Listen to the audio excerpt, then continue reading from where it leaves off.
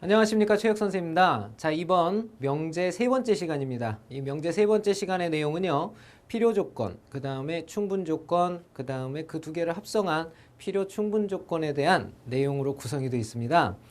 이 부분은 아마 우리 학생 여러분들이 단어가 좀 굉장히 생소함을 많이 느낄 겁니다. 그래서 그 단어에 대한 내용 정의와 더불어서 그 다음에 그놈들을 어떻게 활용할 수 있는지, 그 다음에 이 단원에서 약간의 우리가 그동안 가졌던 수체계의 범주를 벗어나는 부분이 약간 있어요. 그 부분을 조금 염두에 두면서 공부를 하면 될 것 같습니다. 먼저 필요 조건이란 무엇이냐, 그 다음에 충분 조건이란 무엇이냐, 그 다음에 또 하나 필요 충분 조건이란 도대체 뭐냐, 이 세 가지에 대해서 먼저 간략히 설명을 하고요. 그 다음에 문제 보면서 좀 더 자세히 들어가 보도록 하겠습니다. 자, 그럼 먼저 설명부터 할게요. 자, 칠판을 좀 봅시다. 자, 전에 선생님이 참거짓을 설명하면서 어떤 내용을 설명을 했었냐면요, 참거짓의 판별을 하면서 우리 그 둘리네 집하고 울트라 공룡네 집 했었을 거예요. 그쵸? 그거 선생님이 다시 한번 좀 그려볼게요. 자, 요렇게 여기가 둘리네 집이라고 하고요. 둘리네 집.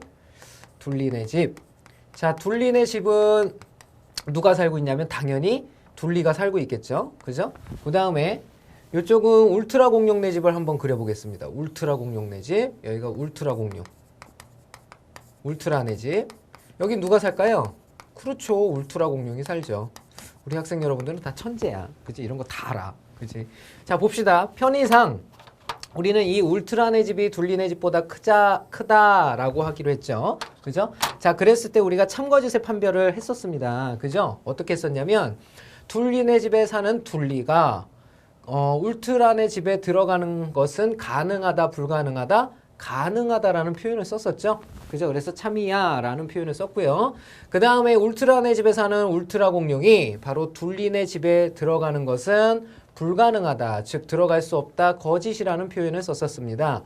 바로 이렇게 두 집합의 포함관계를 가지고 나타냈을 때 우리가 참거짓을 판별하는데 굉장히 쉽게 접근을 할 수가 있었죠. 그쵸? 자, 여기에서는요, 오늘 또 다른 해석을 하나 할 수 있어야 돼요. 뭐냐면 둘리네 집에 사는 둘리가 울트라네 집에 들어갈 수 있다는 걸 알겠어요. 그죠? 근데 들어가기 위한 조건이 있겠죠? 둘리네 집에 사는 둘리가 울트라네 집에 들어가기 위해서는요, 과연 필요할까요? 충분할까요?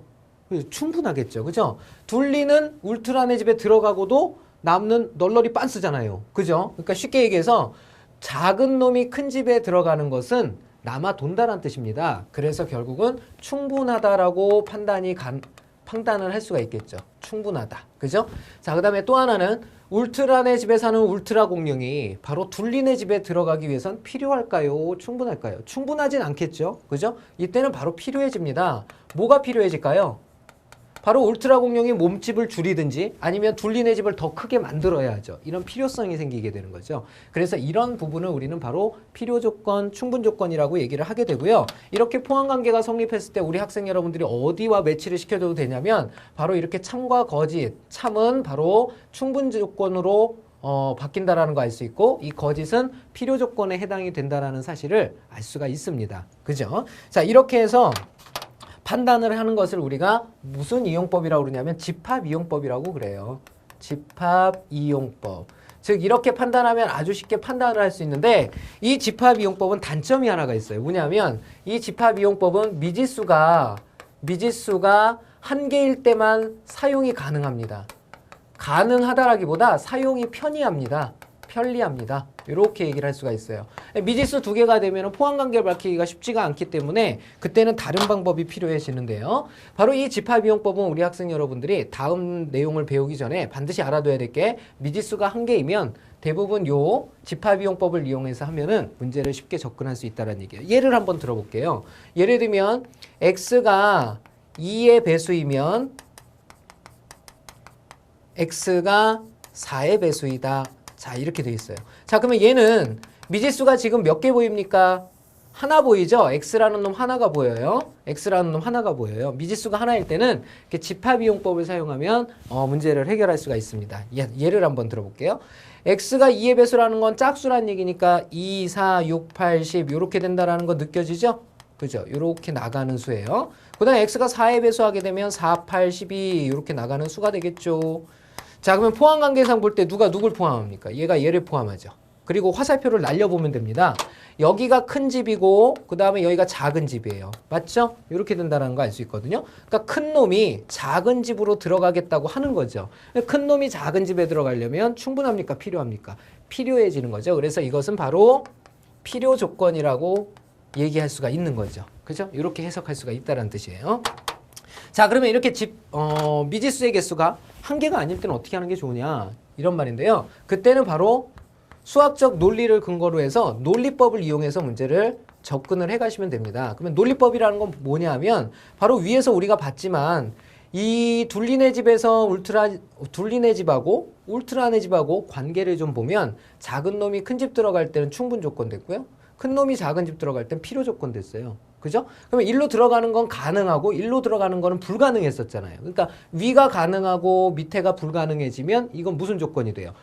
둘리가 울트라네 집 되려면 충분이고 일로 들어가려면 필요 조건이 되는 거죠. 이 원리를 이용해서 보는 거예요. 그래서 논리법이라는 건 뭐냐? 우리가 명제라는 것은 P면 Q이다라는 걸로 가정과 결론을 쓰게 돼 있죠. 그 다음에 화살표가 있는데 화살표의 두 방향을 가지고 바로 이놈이 필요 조건이냐 충분 조건이냐 혹은 필요 충분 조건이냐를 나누게 되는 거예요. 근데 이런 경우는요. 참거짓으로 판별을 하는 거기 때문에 참, 거짓, 참, 거짓 이렇게 네 가지 경우로 생각할 수가 있겠죠. 그죠? 그래서 참이라는 건 된다 안 된다를 따지는 거니까 P에서 Q로 가는 것이 되고 그 다음에 Q에서 P로 가는 것도 될 때 그러니까 둘 다 될 때가 있을 수 있겠고요. 그 다음에 위에 거는 되는데 아래 거는 안 될 때가 있을 수 있고요. 그 다음에 위에 게 안 되고 아래 것이 될 때 이럴 때를 생각할 수가 있고 그 다음에 둘 다 안 될 때도 생각할 수가 있겠죠. 이런 경우에 따라서 어떻게 불러주느냐를 구분해 주는 방법입니다.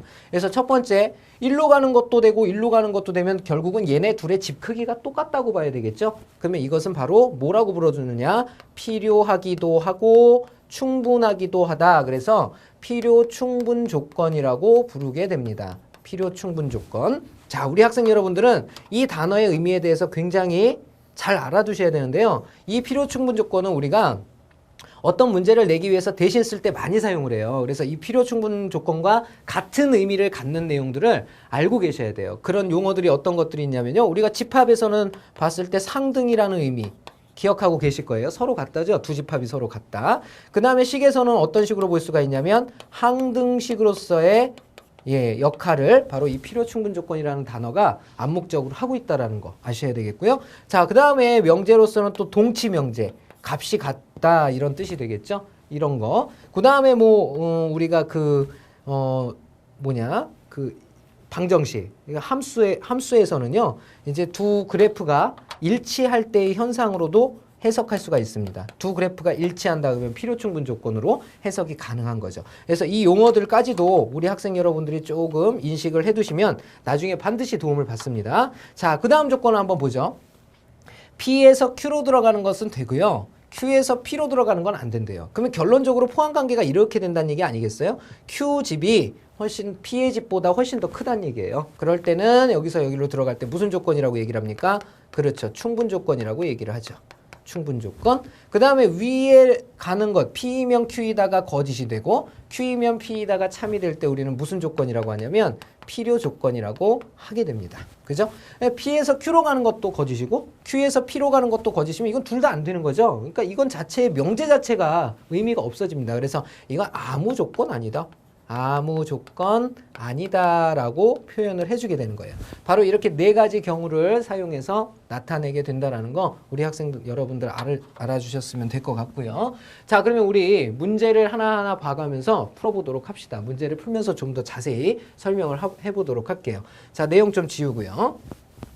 자, 오늘 배울 내용 우리 교재로 넘어가서요. 교재들 다 피십시오. 자, 교재들 보시면요. 자, 그러면 7강 내용은요. 자, 어떻게 되는지 한번 봅시다. 필요 조건과 충분 조건에 관한 내용 되어 있고요. 우리 교재 33페이지서부터 300이란다. 입이 방정이죠. 36페이지까지 내용에 대해서 한번 문제를 다뤄보도록 하겠습니다. 자, 문제 보도록 하죠. 자, 문제 보면요. 먼저 개념 체크 19번 문제입니다. 자, 다음 네모 안에 필요 조건, 충분 조건, 필요 충분 조건 중에서 알맞은 것을 써넣어라 그랬습니다. 자, 먼저 1번 문제서부터 보죠. x가 0이라는 것은 x제곱 이퀄 2x이기 위한 무슨 조건이냐 물어봤습니다. 자, 그러면 왼쪽에 있는 것이 뭐냐면요. x가 0인 것은 이런 뜻이죠. x가 0은 바로 x제곱은 2x이기 위해서 무슨 뜻이냐 이 말이죠. 그러니까 화살표의 방향을 우리가 주목해야겠는데 화살표가 지금 이쪽 방향으로 날아가고 있는 겁니다. 그러니까 얘가 되기 위해서 도대체 무슨 조건이냐 물어봤는데요. 자, 미지수가 일단 하나인 것이 느껴졌으면 빨리 집합이용법을 사용해 주는 것이 좋겠죠. 그죠? 왼쪽에 x의 값으로 만족하는 원소는 0밖에 없다는 얘기고요. 오른쪽을 좀 정리를 해야 되겠는데요. 이 오른쪽 식을 정리하게 되면 요건 우리가 2차 방정식이라고 볼 수가 있죠. 2차 방정식을 정리하면 x제곱 마이너스 2x는 0이라는 거 알 수 있고요. 인수분해 우선순위에 의해서 공통인수 x가 이렇게 빠져나가죠. 그래서 x 마이너스 2는 0이 되게 하는 x의 값들을 생각해 줄 수가 있습니다. 그래서 x는 0 또는 2가 된다는 거 알 수 있겠죠. 그렇게 해서 결국은 요 조건을 만족시키는 원소들은 0과 2로 구성이 된다는 것을 알 수가 있겠죠. 그죠? 자, 포함관계 밝혀보면요. 포함관계는요. 바로 오른쪽이 왼쪽을 포함하는 이런 형태가 되겠고요. 화살표의 방향은 왼쪽에서 오른쪽으로 날아가는 형태죠. 이렇게. 자, 그러면 작은 것이 큰 집에 들어가겠다고 하는 거죠. 그럼 바로 무슨 조건이 될까요? 그렇죠. 여기는 바로 충분 조건이라는 거 알 수가 있겠네요. 충분 조건 써주시면 되겠고요. 자, 두 번째 문제 보도록 하겠습니다. 자, 두 번째 문제 보시면요. 자, 절대값 x가 2보다 작다이기 위하여 x가 마이너스 3보다 크고 3보다 작은 것은 어떤 조건이 되느냐 그랬죠. 자, 여기는 우리 학생들이 착각하면 안 되는 게 하나가 있어요. 요거 이기 위한 요 놈이 어떤 역할을 하느냐 물어봤기 때문에 화살표의 방향이 1번과는 반대가 된다는 것을 반드시 인식을 하셔야 돼요. 그래서 화살표의 방향이 이쪽으로 가고 있다는 거 인식을 하셔야 실수를 안 하게 되겠죠. 자, 먼저 오른쪽은 정리할 게 없으니까 x는 마이너스 3보다 크고 그 다음에 3보다 작다 이렇게 되겠고요. 자, 왼쪽을 정리해보면 절대값 x가 2보다 작다. 즉 x로부터 원점으로부터 떨어진 거리가 2보다 작다란 뜻이니까 갖는 x의 범위가 마이너스 2보다 크고 2보다 작다가 되겠죠. 그죠? 그럼 포함관계 한번 살펴볼까요? 누가 누구를 포함할까요? 요 놈이 요 놈을 포함하게 되죠. 이렇게 포함하게 됩니다. 그러니까 결국은 어떤 의미가 되냐면 큰 놈이 작은 집에 들어가겠다고 하고 있는 거죠. 그러면 충분합니까? 필요합니까? 그렇죠. 필요 조건 되는 거죠. 바로 2번 문제의 정답은 필요 조건이라고 적어주시면 되겠죠. 그렇죠? 자, 19번 문제 한번 봤고요. 자, 다음 20번 문제 보도록 하겠습니다. 자, 20번 문제 봅시다. 자, x가 1 이상이고 5 이하이기 위한 필요 조건이 바로 요 놈이고요. 요 놈이고 그 다음에 충분 조건이 요 놈이 된다고 할 때 자, a의 최대값과 b의 최소값의 합을 구하여라 그랬습니다. 자, 이건 무슨 말이냐면요. 자, 요 놈이기 위한 그랬어요. 그러니까 화살표가 거꾸로 날아가겠죠. 그러니까 요렇게 날아가기 위한, 요렇게 되기 위한 필요 조건이 된다라고 그랬고요. 필요 조건이 된다고 그랬고요. 필요 조건. 그 다음에 충분 조건이 이놈이랍니다. 그러니까 요 놈이기 위한 충분 조건이 되더라. 이런 뜻이 되겠죠. 자, 그 말은 무슨 말이냐면요. 결국은 요 놈이기 위한 필요 조건 그랬다라는 얘기는요. 누가 누굴 포함해야 돼요? 큰 놈이 작은 집 들어가려고 그럴 때 필요 조건이 생기는 거죠. 그래서 여기서 포함 관계는 이쪽이 포함을 해야 되고요. 충분 조건일 때는 오히려 이쪽이 요 놈을 포함해야 되는 이런 상황에 놓이게 되는 거죠. 자, 여기까지 이해가 되셨다면 자, 생각을 해봅시다. 부등식의 해법은 우리가 어디서 찾아주라고 그랬죠? 선생님이 수직선에서 많이 찾아주라고 그랬죠? 그러면 생각을 해봅시다. 자, 수직선을 그리고요. 원래 이 결론에 해당하는 부분이 1 이상이고 5 이하인 이런 부분이 돼 있죠? 자, 요 놈이에요.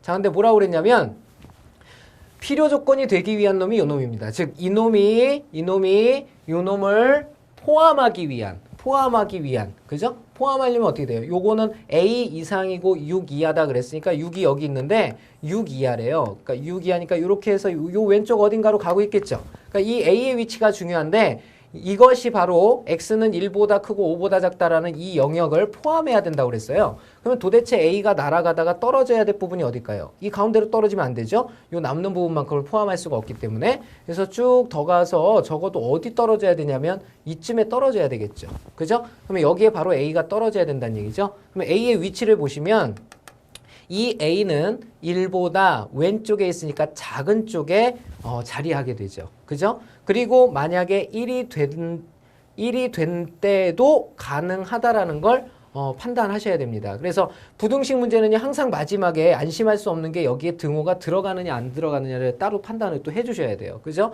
그래서 부등식의 해법 자체가 부등호일 때, 그 다음에 등호일 때를 구분해서 풀어줘야 되죠. 그래서 등호일 때, 즉 여기 들어갔을 때도 되는지 안 되는지를 판단하시면 들어가도 되게 돼 있죠. 1 이상이고 6 이하이기 때문에 이 놈을 포함하게 됩니다. 그래서 여기 등호가 이렇게 들어가게 되죠. 그러면 이것을 우리가 다시 수직선상에서 표현을 해보면요. 1이라는 것이 있는데 A가 1보다 작거나 같다 그랬어요. 그러면 이렇게 되는 거죠. 바로 요 사이가 A의 범위가 되겠습니다. 그러면 A가 가질 수 있는 값들을 생각해 보면요. 밑으로 내려가면 최소값이 당연히 생기지를 않겠죠. 그죠? 계속 가기 때문에. 그래서 A가 가질 수 있는 것은 당연히 맥시멈 A, 최대값밖에 없는 거죠. 그래서 최대값 A라는 것은 바로 얼마가 된다는 거 알 수 있냐면 여기까지 갈 수 있으니까 1이라는 거 알 수가 있겠죠. 이렇게 찾을 수가 있겠고요. 자, 그 다음 또 하나 남았죠. 뭐냐면 요 놈은 바로 충분 조건이라고 그랬어요. 그런데 요 놈에 포함되기 위한 그랬습니다. 근데 요 놈을 보니까 b 이상이고 4 이하다 그랬죠. 그죠? 그러면 4는 여기 있을 테니까 4 이하래요. 그죠? 4 이하면 이렇게 간다는 얘기인데 결론은 여기에 이제 포함을 당하라는 뜻이거든요. 포함을 당하려면 얘가 어디서 떨어져야 돼요? 이쪽으로 넘어가서 떨어지면 안 되겠죠. 그죠? 그래서 b가 떨어져야 될 부분은 여기에 b가 떨어져야 되겠습니다. 이렇게. 그죠? 그럼 b가 떨어진 부분을 생각을 해보면 b는 바로 1의 오른쪽에 위치하게 되죠. 그죠? 1보다 크다라는 사실을 알 수 있고요. 그 다음에 b가 1이 된다 하더라도 1 이상이고 4 이하이기 때문에 1 이상이고 5 이하인 것에는 포함을 당하게 돼 있죠. 그렇기 때문에 1일 때도 가능하다라고 얘기를 할 수가 있는 겁니다. 그쵸? 자, 그러면 이것도 역시 수직선상에서 판단을 해보면 b의 범위가 1을 기준으로 해서 1보다 크거나 같은 쪽에 위치한다 그랬습니다. 즉 요 범위에 b가 들어간다는 거 알 수가 있겠죠. 자, 결국은 b가 가질 수 있는 값은 이번에는 가장 큰 값을 가질 수가 없고요. 오히려 가장 작은 값을 갖게 되겠죠. 그래서 여기서는 미니멈 b를 갖게 되는 겁니다. 미니멈 b 역시 얼마라는 거 알 수 있냐면 1이 된다라는 거 알 수가 있겠죠. 자, 이렇게 해서 우리가 문제에서 요구하는 정답이 있겠죠. 문제에서 요구하는 것은 바로 a의 최대값 1과 그 다음에 b의 최소값 바로 역시 1을 더한 값을 구하여라 그랬으니까 2가 된다는 거 알 수가 있겠네요. 그죠? 자, 요 놈이 정답이 되겠고요. 우리가 참고로 학생 여러분들이 좀 더 알아줘야 될 것은 최대 최소에 관한 문제는 항상 등호가 있어야 문제가 풀리게 돼 있죠. 왜냐하면 이게 만약에 빵꾸가 뚫렸다 그러면 최소값 그 다음에 최대값으로서의 가치를 갖지 못하게 되죠. 그죠? 그걸 유념해서 보시면 문제를 좀 더 쉽게 보는 눈이 생기지 않을까 생각이 드네요. 자, 다음 문제 보도록 하겠습니다. 자, 다음 문제는 21번. 아마 5문제가 있을 텐데요. 이 문제를 하나하나 좀 살펴보도록 하겠습니다. 21번. 자, 나오세요. 자, 이번에는 화살표 이용법을 이용해서 문제를 푸는 형태들이 되겠습니다. 자, 다들 보니까 느껴지는 게 뭡니까? 미지수가 하나로 끝나지 않죠? 그죠? 미지수가 적어도 2개 이상인 것들로 끝나고 있다는 거 아마 느낄 수가 있어요. 자, 이때는 집합 이용법보다는 화살표 이용법을 이용해서 문제를 푸는 것이 적절하다고 볼 수가 있겠네요. 자, 1번부터 한번 정리를 해보죠. 자, 1번 보시면 왼쪽은 x 이퀄 y 이퀄 0입니다. 네, 오른쪽은 x와 y를 더하면 0이 된다고 그랬네요. 그죠? 자, 이러면 미지수가 2개니까 집합의 포함 관계를 밝히기가 쉽지가 않죠. 이럴 때는 화살표 2개 방향을 가지고 바로 위가 참인지 거짓인지 아래가 참인지 거짓인지를 논리적으로 분석해서 찾아내는 것이 가장 좋은 방법이 되겠습니다. 자, 그럼 일단 왼쪽에서 오른쪽으로 가는 것이 가능한가 불가능한가를 한번 봅시다. x, y가 모두 0이란 뜻이죠. x, y가 모두 0이면 x, y를 더했을 때도 0이 되니 라는 표현이거든요. 맞지요? 그쵸? 당연히 맞고요. 그 다음에 x랑 y랑 0을 더했어요. 그러면 반드시 x, y는 0이니? 이렇게 물어볼 수가 있죠. 그래서 되도록이면 명제의 참거짓을 구별할 때는요, 항상 이면 뒤에 반드시를 붙여서 생각을 해주면은 문제가 좀 선명하게 이렇게 드러납니다. 다시 한번 해보면요, x랑 y를 더하면 0이다. 그러면 xy는 0이니, 이거랑 x랑 xy를 더해서 0이 되었다고 반드시 xy가 0이냐 이렇게 물어보는 거랑은 어감 면에서 좀 차이가 생겼을 뿐인데 그게 확고해지죠. 그죠? 느낌이. 그래서 xy 둘이 더해서 0이 된다고 반드시 둘 다 0이 되는 건 아니죠. 예를 들면 2하고 마이너스 2 더해도 0이죠. 그죠? 이건 될 수 없다라는 거 알 수 있습니다. 자, 이렇게 해서 왼쪽에서 오른쪽으로 가는 것이 되고 오른쪽에서 왼쪽으로 가는 것이 안 된다는 얘기는 바로 이것이 무슨 조건임을 나타냅니까? 그렇죠. 충분 조건이라는 거 나타내고 있죠. 충분 조건이 되겠고요. 자, 다음 문제 보도록 하겠습니다. 자, 다음 거 보면요. 자, 왼쪽에는 지금 뭐가 있냐면 A 교집합 B는 A 합집합 B에 포함이 된다 그랬고요. 오른쪽에는 A와 B가 같다라는 얘기입니다. 바로 왼쪽과 오른쪽을 생각할 수가 있는데요. 이건 이제 경우를 따져주면 좀 문제가 굉장히 쉽게 풀리게 되어 있습니다. 자, 이런 경우를 우리가 벤 다이어그램으로 한번 그려볼까요? A 교집합 B가 A 합집합 B에 포함이 되는 경우 어떤 그림을 그릴 수가 있을까요? 예를 들면 뭐 이런 그림도 그릴 수가 있죠. A하고 B가 일반 집합을 그려놓으면요. 당연히 A 교집합 B 부분이 A 합집합 B 부분에 포함이 되죠. 이런 그림에서도 이놈은 성립하게 되고요. 또 어떤 그림에서도 성립하게 돼요. A와 B가 서로 이렇게 같아도 성립하게 되죠. 이해가 됩니까? 예. 그 다음에 또 다른 경우가 있나요?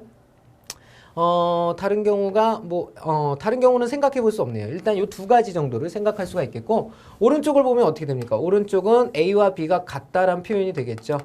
그죠? 이렇게 되네요. 자, 그럼 봅시다. 왼쪽에서 오른쪽으로 가는 거, 그 다음에 오른쪽에서 왼쪽으로 가는 거. 자, 이렇게 생각을 해볼 수가 있겠는데요.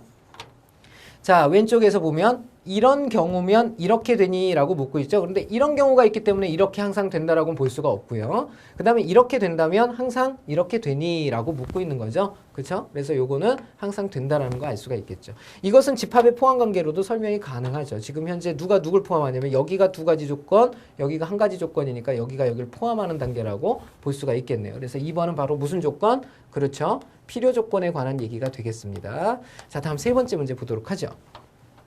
자, 세 번째 문제는요.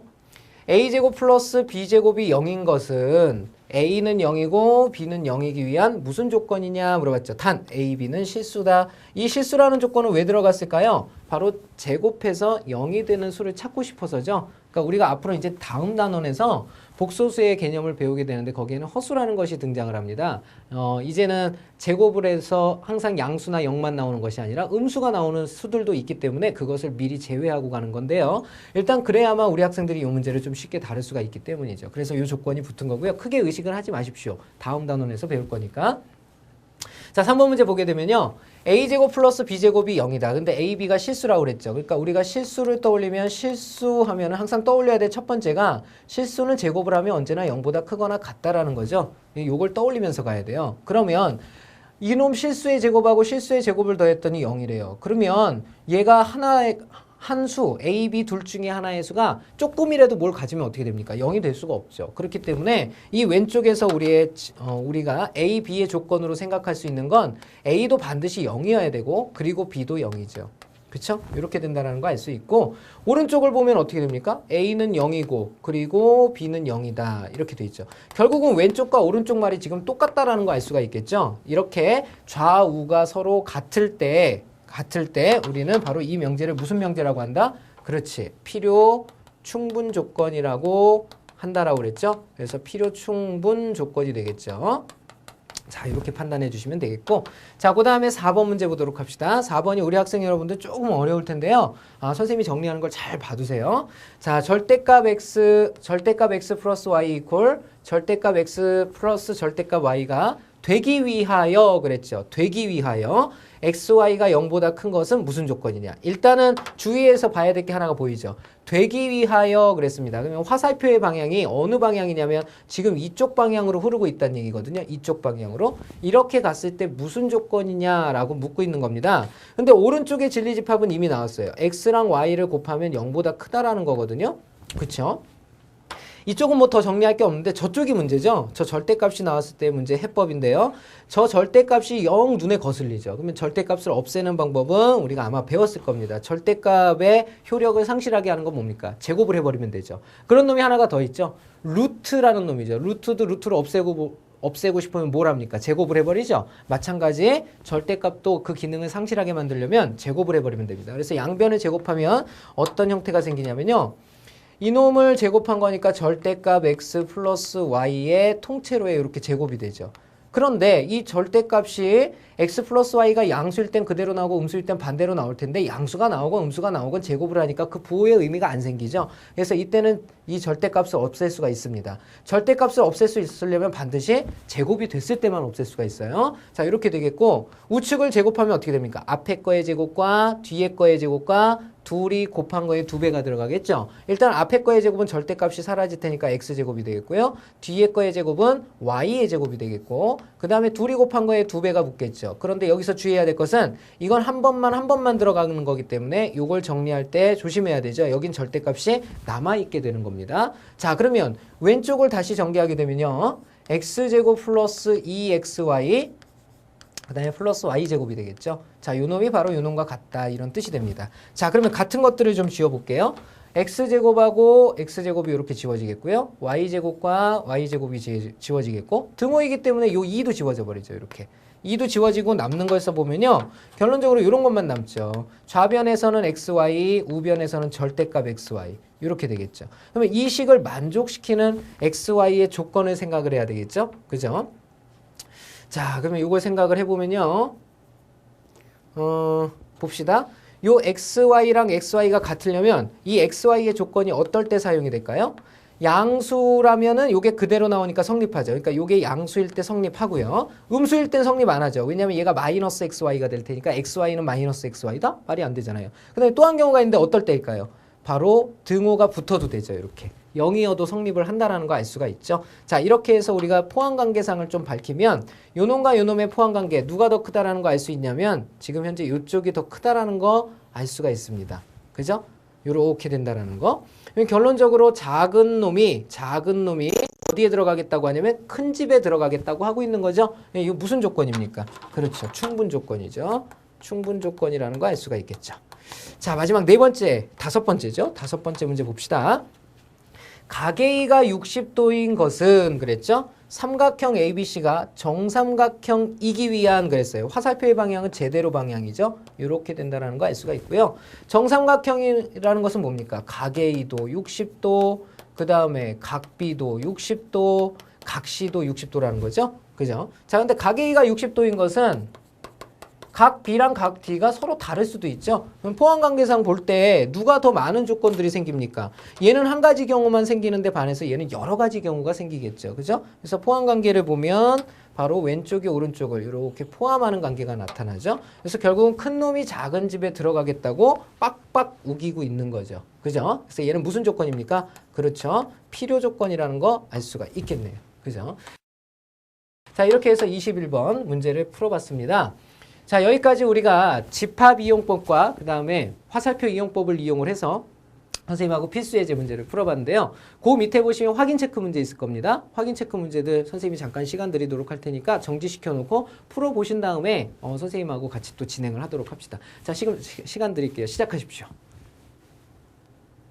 자, 됐죠? 자, 그럼 바로 선생님하고 확인 체크 문제 풀어보도록 하겠습니다. 자, 보시죠.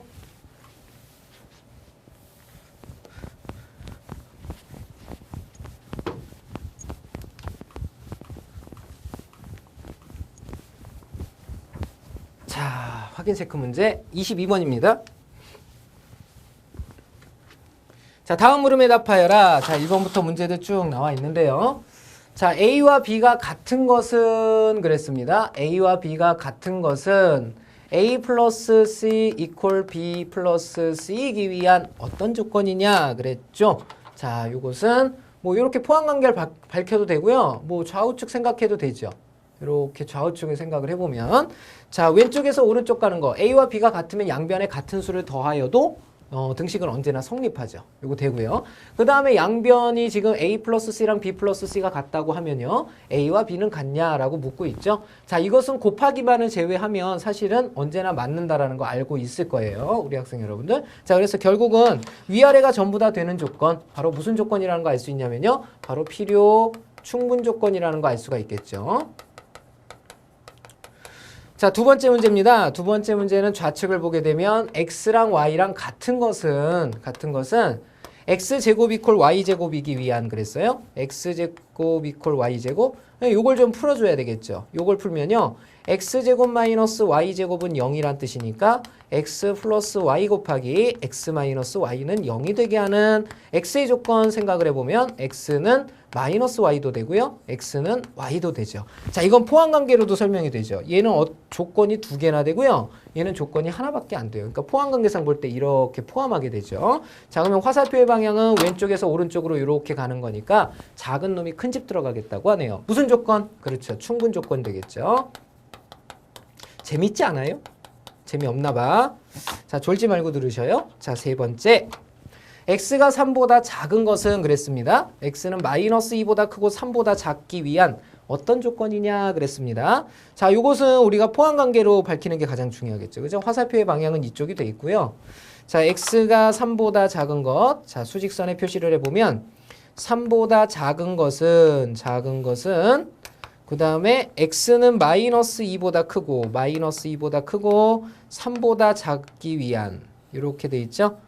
자, 이렇게 됩니다. 그러니까 어디가 더 크다라는 게 느껴집니까? 요 흰색이 훨씬 더 크다라는 거 느껴지죠. 그죠? 그러니까 포함관계가 어떻게 돼요? x가 3보다 작다가 훨씬 더 크다라는 거 알 수 있겠죠? 자, 그러면 결국은 큰 놈이 작은 집에 들어가겠다고 하고 있는 거죠. 자, 무슨 조건이라는 거 알 수 있습니까? 그렇죠. 요것은 바로 필요 조건이라는 거 알 수가 있겠죠. 자, 이렇게 해서 22번 문제 풀어봤고요. 자, 다음 문제 23번 문제 보겠습니다. 자, 23번 문제 봅시다. 자, 조건 P는 그랬습니다. 조건 P는 x가 마이너스 2보다 크고 1보다 작다 또는 x는 3보다 크다에 대해서 x가 a보다 큰 것은 p이기 위한 필요 조건이고 그 다음에 x가 b보다 큰 것은 p이기 위한 충분 조건이 된다 그랬죠? 무슨 말이냐면 얘가 요 p가 되기 위해서는 필요 조건이 된다 그랬고요. 그 다음에 요 놈이 p가 되기 위해선 충분 조건이다 라는 표현을 썼죠. 그죠? 포함관계 먼저 밝히고 가야죠. 필요 조건이라는 건 큰 놈이 작은 집 가겠다고 그래야 되니까 이렇게 된다는 뜻이고요. 충분 조건이라는 것은 작은 놈이 큰 집 가야 되니까 이렇게 된다는 거 알 수가 있겠죠. 자, 그리고 부등식이기 때문에 이놈의 해법은 우리가 수직선에서 찾아야 된다는 거 알 수 있죠. 자, 수직선을 그려보고요. 자, P집합을 정리하면요. x가 마이너스 2보다 그 다음에 1보다 3보다가 있는데요. 마이너스 2보다 크고 1보다 작다가 있고요. 그 다음에 3보다 크다. 바로 이 두 부분으로 분할되어 있는 부분이 바로 P집합이 되겠습니다. 그죠? 근데 뭐라고 그랬냐면 x가 a보다 큰 것은 그랬습니다. x가 a보다 큰 것은 요 놈을 포함해야 된다고 그랬죠. 그죠? 그러면 a의 위치가 어디 있어야 될까요? 여기 있으면 이렇게 포함할 수가 없죠. 크다이기 때문에 여기서도 포함할 수 없죠. 얘는 비록 포함할 수 있지만 얘를 포함 못하고요. 여기서 날아가도 안 되죠. 요만큼 빈 공간이 생기죠. 그러니까 적어도 A가 있어야 되는 곳은 바로 이쪽 어딘가에서 이렇게 날아가는 형태가 있어야 되겠죠. 바로 요 위치가 A가 된다는 거 알 수 있고요. A는 숫자상 봤을 때 마이너스 2보다 왼쪽에 위치해야 된다는 거 알 수 있고요. 그 다음에 얘도 지금 등호를 갖고 있지 않고 얘도 등호를 갖고 있지 않기 때문에 등호를 가져도 문제가 안 생기죠. 왜냐하면 여기서부터 이렇게 해서 날아가는 거니까 어차피 포함을 하게 되죠. 그러면 A라는 놈을 갖다 그려보면요. A라는 놈은 마이너스 2보다 작거나 같다 그랬으니까 이렇게 되겠고요. A가 가질 수 있는 것은 이쪽에서 분포하기 때문에 최소값은 가질 수 없고 최대값만을 가질 수가 있겠죠. 그래서 여기서 나올 수 있는 최대값은 얼마라는 거 알 수 있냐면 맥시멈 A는 마이너스 2가 된다는 거 알 수 있고요. 자, 두 번째는 뭐냐면요. x가 b인 것은 오히려 포함을 당해야 된답니다. b보다 크다인데요. b가 만약에 크다였는데 포함을 당하라고 그랬거든요. 1로 가면은 포함당할 수가 없죠. 요만큼 때문에 오히려 포함당할 수가 없습니다. 그러면 B의 위치는 어디에서 가야 될까요? 여기서 이렇게 가야 되겠죠? 결국은 B가 위치할 곳은 여기라는 거 알 수 있는데요. B는 바로 3보다도 오른쪽이니까 큰 쪽에 위치해야 되고요. 역시 빵꾸가 뚫려 있기 때문에 B가 되어도 상관이 없겠죠. 어차피 이만큼을 더 많이 갖고 있는 거니까. 자, 이렇게 된다라는 거 알 수 있고 요걸 수직선상에서 표시해 보면 3보다 B가 3보다 크거나 같다니까 이쪽 방향으로 이렇게 구성이 되겠죠. 그러면 여기에 있는 값들인데 이번에는 오히려 최대값을 가질 수가 없게 되죠. 최소값을 갖게 되죠. 최소값. B는 최소값을 갖게 되는데 그 값이 얼마냐면 바로 3이라는 거 알 수 있죠. 여기다 왜 B를 썼죠? 손가락이랑 막 입이랑 따로 놀아요. 여기 3입니다. 3. 자, 그러면 가질 수 있는 최소값은 얼마가 되냐면 3이라는 거 알 수가 있겠죠. 자, 이렇게 해서 정리를 할 수가 있네요. 자, 그래서 구하고자 하는 것은 뭐냐면 A의 최대값과 B의 최소값의 곱을 구하여라 그랬으니까 마이너스 2와 그 다음에 3의 곱이 되겠죠. 자, 이렇게 해서 정답은 마이너스 6 이렇게 해주시면 되겠죠. 자, 23번 문제 한번 풀어봤고요. 자, 다음 24번 문제 보도록 하겠습니다. 자, 24번 문제. 자, 두 문제 있는데요. 보죠. 자, 이번엔 내용을 보아하니 미지수가 하나인 것이 결국은 이렇게 화살표 이용법을 이용해서 문제를 풀어주는 것이 바람직하다는 거 알 수가 있겠죠. 자, 화살표 이용법을 한번 이용해 봅시다. 자, 왼쪽은 어떻게 되냐면 x가 1 이상이고 y가 1 이상인 것. 그죠? 그 다음에 우측은 결론이죠. x 플러스 y가 2 이상이기 위해 무슨 조건이냐 그랬죠. 자, 그러면 두 가지 방향 생각할 수 있어야 되죠. 요렇게 가는 게 될까 안 될까? 그 다음에 요렇게 가는 게 될까 안 될까를 생각을 해주시면 되겠습니다. 자, 그러면 먼저 왼쪽에서 오른쪽 가는 거 x가 1보다 크거나 같고 y가 1보다 크거나 같은 것은 x랑 y를 더했을 때 2보다 크거나 같다. 됩니까 안 됩니까? 되죠. 이거 됩니다. 그러면 x랑 y랑 더했더니 2보다 크거나 같았대요. 반드시 x는 1보다 크거나 같고 y는 1보다 크거나 같을까요? 아니죠. 그렇지 않은 경우도 있죠. 자, 이렇게 아닐 때는 반례를 들어주는 것이 조금 올바른 방법이 되겠죠. 예를 들면은 x에 얼마를 집어넣을까요? 뭐 마이너스 3? x가 마이너스 3이고 y가 5라고 한번 해보죠. 그러면 x랑 y를 더하면 얼마죠? 2가 되니까 결국은 2보다 크거나 같다를 만족시키게 되죠. 하지만 그때 x값과 y값을 보게 되면요. x는 1보다도 작은 마이너스 3이 된다는 거 알 수가 있겠죠. 그죠? 자, 이런 것들을 우리는 반례라고 합니다. 반대의 예를 들어서 설명을 한 거죠. 자, 그러면 왼쪽에서 오른쪽으로 가는 게 됐고 오른쪽에서 왼쪽으로 가는 게 안 됐어요. 무슨 조건이겠어요? 그렇죠? 충분 조건이라는 거 알 수가 있겠죠. 자, 다음 두 번째 문제 보겠습니다. 두 번째 문제는 x가 0보다 크고 y가 0보다 큰 것. 그 다음에 x 플러스 y가 0보다 크고 xy가 0보다 크다. 그랬죠? 무슨 조건이냐? 자, 왼쪽은 뭐 더 이상 정리할 게 없고요. 결론에 해당하는 이 부분은 정리가 좀 필요하죠. 자, 일단 곱에서부터 해결을 해야 되겠죠. xy를 곱했더니 0보다 크다라는 것은 무슨 말이냐면요. x랑 y의 부호가 서로 같다라는 것을 표현하는 거죠. 그래서 x, y가 둘 다 양수이거나 둘 다 음수를 생각을 할 수가 있는데 왼쪽의 조건에서 뭐라고 그러냐면 둘이 더해서 0보다 크대요. 그러면 음수를 더했을 땐 0보다 작아지게 돼 있잖아요. 그러니까 요건 벌이라는 뜻이죠. 그래서 옳게 판단할 수 있는 건 x, y 모두 양수라는 표현을 쓸 수가 있겠네요. 그래서 자, 이걸 풀었을 때 x도 양수고 y도 양수다라고 알 수가 있겠죠. 자, 이렇게 해서 우리는 좌측과 우측이 동일한 형태의 값을 갖는다라는 거 알 수가 있겠죠. 역시 이건 무슨 조건? 필요 충분 조건이다라고 표현을 할 수가 있겠죠. 그죠? 이렇게 해주면 되겠습니다. 자, 다음 오늘의 마지막 문제 25번 한번 풀어보도록 하겠습니다. 자, 25번도 우리 두 문제 있죠? 25번 문제 풀어보겠습니다.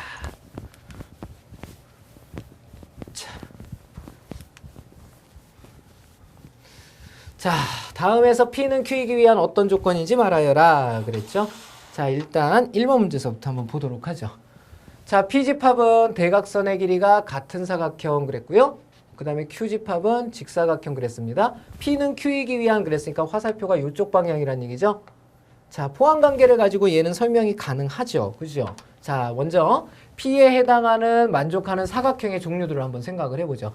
대각선의 길이가 같은 사각형은 어떤 것들이 있을까요? 도대체 대각선의 길이가 같은 사각형. 먼저 사각형의 종류를 살펴보면요. 사각형의 종류는 6가지가 있습니다. 어떤 것들이 있냐면 사다리꼴. 자, 그 다음에 뭐가 있나요? 등변, 사다리꼴이 있죠. 그죠? 그 다음에는 평행사변형이라는 것이 있고요. 자, 그 다음에는 직사각형. 또 뭐가 있죠? 그렇죠, 그렇죠. 마름모. 마지막으로 정사각형. 자, 이렇게 해서 6가지 종류의 특수한 사각형을 만날 수 있게 됩니다. 자, 이 중에서 대각선의 길이가 같은 사각형을 한번 표시를 해볼까요? 대각선의 길이가 같은 사각형은 등변사다리꼴 대각선의 길이가 같죠.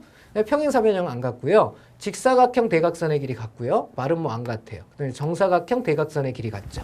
바로 이 3가지 경우가 모두 만족시키는 것이 바로 P집합이 되겠고요. Q는 그 중에서 누구만 얘기하고 있습니까? 직사각형만 얘기하고 있죠. 그럼 포항관계상 볼 때 어떻게 됩니까?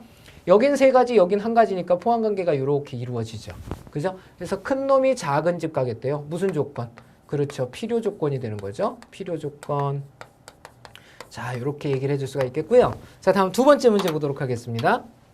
자, P집합은 XY는 1보다 크다. 그 다음에 Q집합은 X는 1보다 크고 Y는 1보다 크다 그랬습니다. 자, 이건 미지수가 2개니까 집합 이용법보다는 바로 화살표 이용법이 바람직하겠죠. 자, XY가 1보다 큰 것은 X가 1보다 크고 그리고 그 다음에 Y는 1보다 크다 이렇게 돼 있죠. 자, 왼쪽으로 가는 화살표도 날려야 되겠죠.